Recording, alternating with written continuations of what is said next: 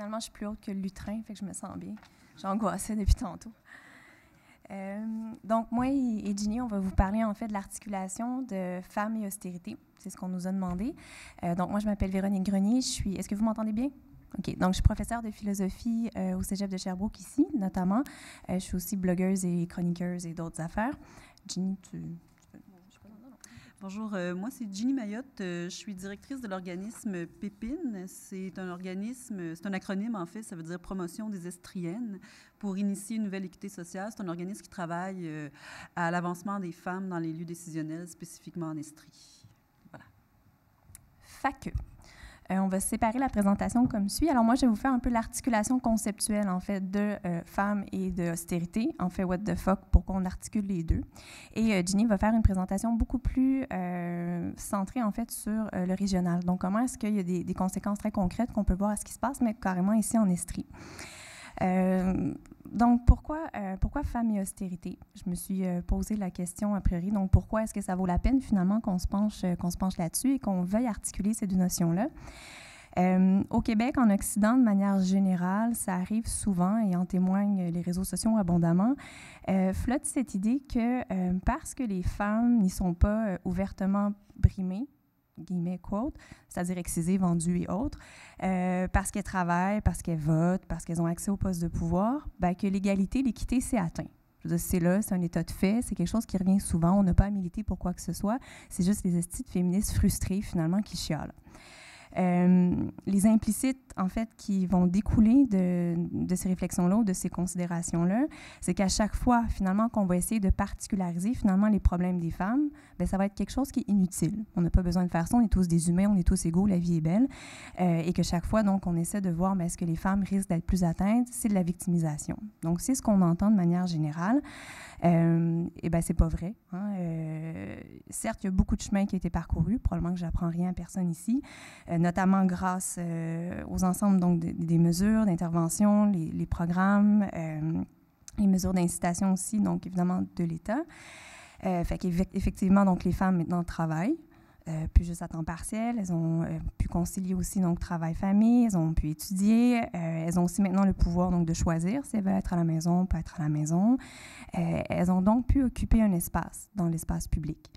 Elles ont pu être, ça leur a permis d'avoir des revenus, ça leur a permis d'avoir une autonomie au sens fort de la chose, une indépendance, donc d'être libérées d'une certaine forme, soit d'aliénation, de plus être aux prises aussi systématiquement donc, à la solde donc, d'un conjoint ou autre.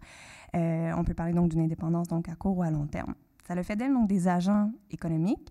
Ça le fait d'elles aussi des agents politiques, au sens fort du terme, donc des personnes qui peuvent être dans la cité, qui peuvent y avoir droit de cité, droit de parole aussi, qui vont occuper finalement cet espace-là pleinement. Tout ça, en fait, ça le fait des gagnants. Ça le fait des gagnants pour l'État, ça le fait des gagnants aussi pour les contribuables, clairement. Fac. Si on met l'austérité là, donc je ne vais pas vous définir la chose parce qu'on le fait depuis tout à l'heure, mais si on met l'austérité là, la rigueur budgétaire, les coupes, les hausses et tout ça, on n'a pas le choix de reconnaître en fait que c'est pas tout le monde qui va être atteint de la même manière par ces mesures-là. Et les femmes vont être touchées et peut-être un peu plus touchées parce qu'elles sont clairement plus présentes dans certains domaines dans le secteur public qui est pénalisé, donc en éducation, en santé. Encore là, j'énonce des évidences, là, mais c'est le propre de la philo d'énoncer des évidences. Là. C'est juste qu'on le fait en tas, ça paraît bien. Si on prend juste l'exemple, par exemple, des CPE, ce que j'ai vu très clairement circuler, et je ne tombe pas là dans une pente fatale, mais c'est plein de gens qui tenaient très clairement le discours de dire, je ne peux pas les envoyer finalement, mes enfants, à la garderie. Le bénéfice est trop petit. Je vais rester à la maison avec eux. Qu'est-ce que ça fait quelqu'un qui reste à la maison avec les enfants? Et clairement, généralement, c'est la madame là, qui reste à la maison encore aujourd'hui, même si les mentalités ont évolué. Généralement, le choix va faire en sorte que c'est la femme qui reste à la maison, qui se retire donc du marché du travail. Mais clairement, c'est quelqu'un, donc certes, qui a une perte de revenus.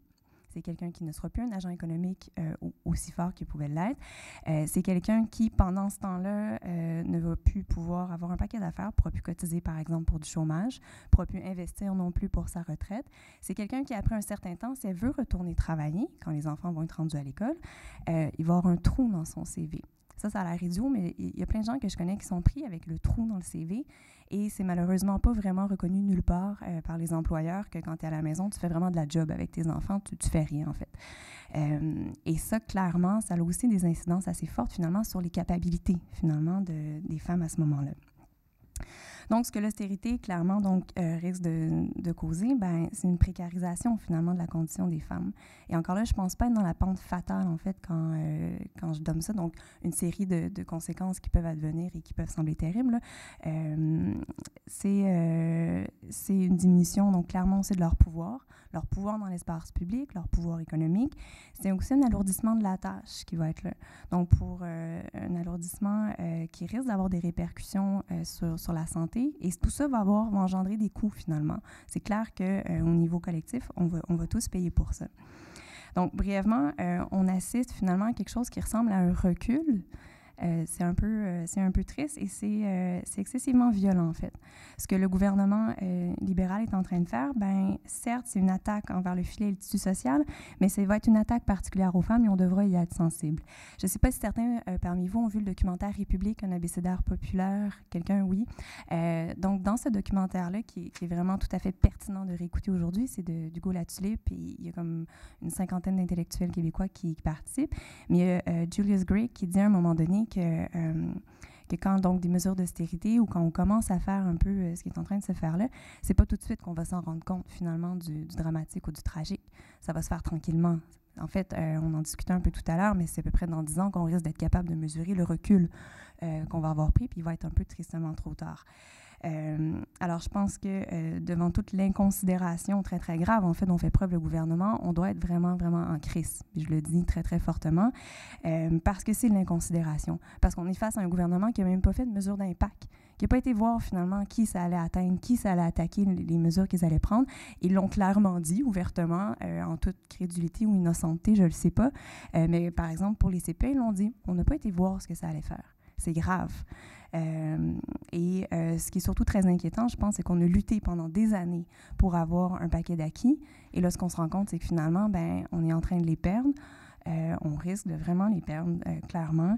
Et que donc, ben, c'est un peu triste, mais rien n'est acquis et qu'on doit continuer donc de lutter. Et en lien avec ce que Yannick disait tout à l'heure, on a très, très peu de moyens au final. Ben, je ne veux pas donner un constat triste là, et cynique, là, mais donc, il faudra être vraiment bien outillé d'un point de vue théorique pour ce faire. Donc voilà, mon constat est donc que finalement l'articulation de femmes et austérité, c'est triste et il y a des conséquences à venir et il faudra être très vigilant.